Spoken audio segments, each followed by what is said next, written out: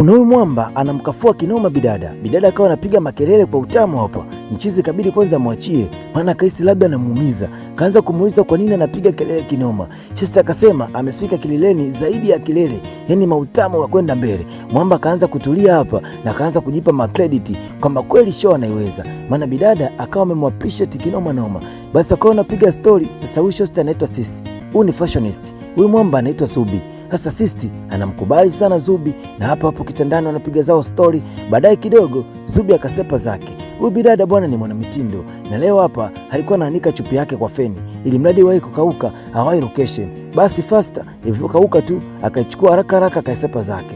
Sasa alipofika hapa anakutana na huyu shosti. Huyu anaitwa Loiko. Huyu Loiko ana kaka yake anaitwa Yadi.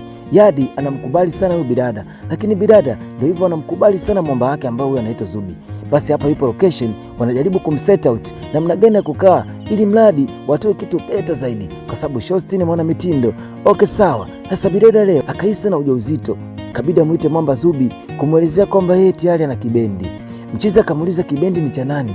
Bidada akasema kwamba yeye hana mwanaume mwingine tofauti na huyu mwamba.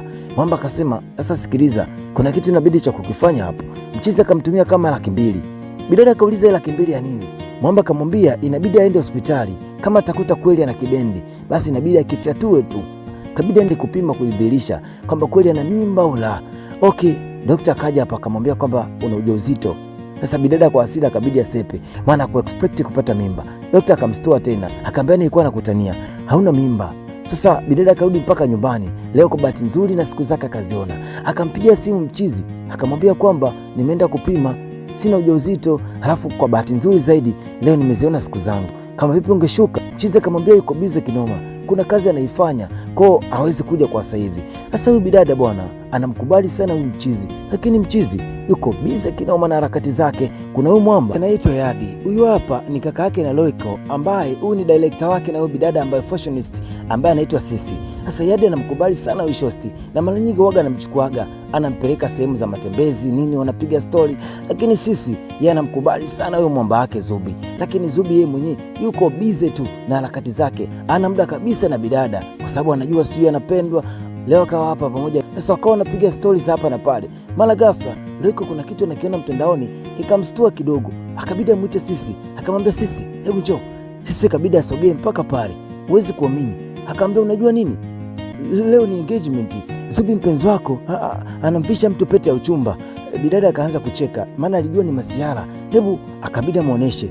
Shosta kaona kwamba ni kweli mpenzi wake anamvisha mtu pete ya uchumba. Bidada akajisikia unyonge kinoma, akarudi nyumbani akaanza kulia pale kwa sababu anampenda sana Zubi. Halafu Zubi mwenyewe ndio hivyo, leo kuna mtu anamvisha pete ya uchumba, halafu ndio maana kumbe akuwa anapatikana. Kabidi aanze kumpigia simu Zubi, kila akipiga simu mwamba haokoti kabisa simu. Kabidi ampigie tena mara ya pili, akapokea simu. Alipokea sasa hivi sio Zubi, sasa ni mwanamke wake na Zubi. Akamuuliza wewe ni nani na unataka nini? Bidada alivyosikia tu sauti ya kike akashindwa hata kuongea, akaanza kulia hapa. Bidada akapitia kipindi cha majonzi kinoma, maana ni mwanaume ambaye anamkubali kishenzi kozi mwanaume wake aliyomtoa usichana, alafu ndio hivyo anamuelewa kinoma noma. Alafu imekuwa ghafla tu mambo yamebadilisha upepo, ameenda kumchombea mtu mwingine. Shosta kawa analia kinoma noma. Muda mwingi akawa yuko ndani tu hapa. Loiko pamoja na Yadi wakawa wanamwambia bidada kwamba inabidi atulie, asipaniki. Hayo mambo yanatokea tu kwenye mahusiano, kwao asija kalia akajiumiza sana kwa sababu ya mwanaume. Kwao relax wala asipaniki. Sasa kaona hasira kinoma, kwa nini Zubi kamwacha? Halafu bora tangemwambia kwamba yeye anaenda kumchumbia mtu mwingine, akampotezea muda miaka yote. Halafu imekuwa ghafla tu amebadilisha upepo na kwenda kumchumbia mwanamke mwingine. Sisi akawa na mind kinoma. Sasa kwa hasira Sisi ikabidi amkomoe Zubi. Hasa namkomoaje? Kwa mfano yeye akawa anatafuta wanaume wa kila aina ili wamsagamue, ili mradi tu maoni mwake amkomoe mwamba Zubi. Basi bana, leo akawa anamleta Mchizi hapa, akawa anamkamua. Baada ya show Mchizi anamuuliza vipi kama ameenjoy. Bidada anaonekana hata hamu mwenyewe kufanya hivyo vitu hana, isipokuwa tu anafanya hivi makusudi ili mradi moyoni amkomoe mpenzi wake yule Zubi baada ya kumtenda. Sasa bidada akawa anakitembeza kitumbua kila wakati, kila mwanaume akawa anapita mitandaoni, mwanaume yoyote akimapproach yeye ana muda wa kupaki, basi anapeleka tu, wanaanza kudinyana. Bidada akawa anakitembeza kitumbua kinoma noma. Upande wa pili Loiko pamoja na Yadi wakawa wanamshauri shosti alilaksi, asitumie nguvu kumkomoa Zubi kwa sababu wanaume huwezi kuwakomoa, kama imetokea hatulie tu, atapata mwanaume bora na sahihi. Lakini shosti Leo hivyo amekuwa ameshavurugwa. Alikuwa amempenda sana Zubi, alafu Mwamba akamwacha kwenye mataa. Basi Yadi akawa karibu sana na sisi, huku akimshauri ya kwamba amsahau Zubi kwa sababu hayo yote yaliyotokea yameshatokea na hakuna namna yoyote ambayo anaweza kurudisha, na hata akisema mkomoe atembee na wanaume tofauti tofauti ili kumkomoa Mwamba, hiyo haitofua dafu. Mchizi kama kula kashakula, na ndio hivyo kashaenda kuoa mwanamke mwingine. Lakini sisi hakutaka kuelewa. Sisi akawa anatembeza kitomboa kinoma, yeye akipita tu mitandaoni, Insta huko TikTok, akimkuta tu Mwamba ametulia, basi na MDM wanaenda kupiga mechi. Basi ikawa ndo mchezo wa sisi. Leo anasikia maumivu ya tumbo kinoma, ikabidi aende hospitali kuja kupima, akaja kuambiwa na gonorea. Na hapa ndipo akakumbuka sasa yale maneno ya Yadi, akabidi amkutane na Yadi, wakaanza kupiga stori, wakaanza kumpa counseling kubwa sana hapa kuhusu mahusiano, kwamba relax, yaliyotokea yametokea, basi asijali, atapata tu mwanaume, lakini anachokifanya ni noma sana.